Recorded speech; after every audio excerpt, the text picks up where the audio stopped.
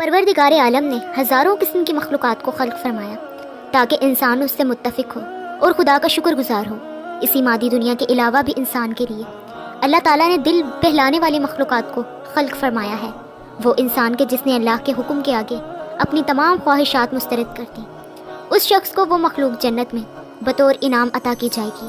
یہ ایک ایسی مخلوق ہے کہ جو آخرت میں بندہ مومن کے لیے تمام مصائبات اور علام کا بدلہ بنے گی۔ آسمانی کتابوں میں اس مخلوق کو حور عین کہا جاتا ہے۔ حورا اس عورت کو کہا جاتا ہے کہ جو جوان، حسین و جمیل، سفید رنگ والی اور انتہائی سیاہ آنکھوں والی ہو۔ قرآن مجید میں کئی مقامات پر ان حوروں کا ذکر ملتا ہے۔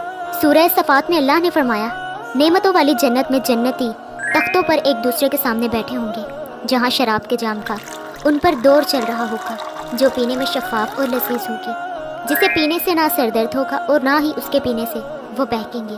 اور ان کے پاس نیچی نظروں اور بڑی بڑی کالی آنکھوں اور لمبے بالوں والی حوریں آئیں گی، ایسی نازک کہ جیسے انڈے کے چھلکے کے نیچے جھلی ہو۔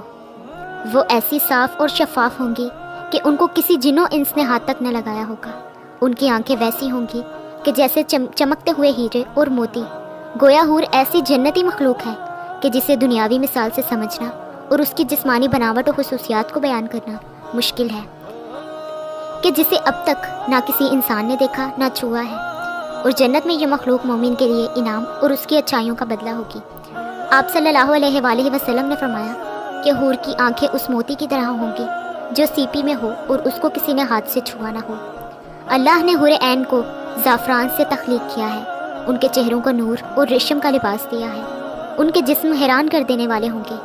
روایات سے پتہ چلتا ہے کہ حور کو پاؤں کی انگلیوں سے ٹہنوں تک زعفران سے بنایا گیا ہے، اس کی گردن چمکدار عنبر سے تیار کی گئی ہے اور سر تک کا حصہ کافور سے بنایا گیا ہے۔ پروردگار نے اس کے بال خوشبودار کستوری کے ہیں، وہ سامنے آتی ہیں تو ان کا چہرہ زبردست نور سے چمک اٹھتا ہے، جیسے دنیا والوں کے لیے سورج چمکتا ہے۔ ان کا لباس جلد کی باریکی سے دکھائی دیتا ہے۔ اگر حور اپنی ہتھیلیوں کو آسمان و زمین کے سامنے ظاہر کر دے تو تمام مخلوقات اس کے حسن کے دیوانی اور قائل ہو جائیں گی، اور اگر وہ اپنا چہرہ ظاہر کر دے تو اس کے حسن سے آسمان و زمین کے درمیان موجود تمام چیزیں جگمگا اٹھیں گی۔ روایات کے مطابق جنت الفردوس اور جنت العدن کے درمیان میں ایسی حوریں موجود ہیں کہ جو جنت کے گلاب سے پیدا کی گئی ہیں، وہ کبھی سوتی نہیں، وہ ہر طرح سے پاک ہوں گی۔ حوروں کی بھی کئی اقسام ہیں اور نسلیں ہیں۔ جنت کے الگ الگ درجوں میں تخلیق حوریں الگ الگ قسم کی ہیں، جیسا کہ حضرت ابن عباس نے فرمایا کہ جنت میں ایک نہر ہے کہ جس کا نام بیدخ ہے، اس نہر کے نیچے حوریں اگتی ہیں اور خوبصورت آواز میں قرآن مجید کی تلاوت کرتی ہیں اور اللہ کی حمد و ثنا بیان کرتی ہیں۔ جنت میں جنتی اس نہر کے پاس جب پہنچیں گے تو وہ حوریں انہیں دیکھیں گی، بس جب کوئی شخص اس سے ہاتھ ملائے گا تو وہ اس کے پیچھے چل دیں گی اور اس کی جگہ پر ایک اور حور اگ جائے گی۔ اسی طرح جنت میں موجود مختلف اقسام کی حوروں کا مختلف جنتی نام ہے، مثلاً خیرہ اور عینہ نامی حور، جس کے مطابق روایتوں میں آتا ہے کہ ان کے ارد گرد 70,000 حکمتگار لڑکیاں چلتی ہیں اور جو پرہیزگار بندوں کو خود جنت میں تلاش کرتی پھرتی ہیں۔ حور جنت کی ایک ایسی نعمت ہے کہ جو ادنا سے ادنا شخص کو عطا کی جائے گی۔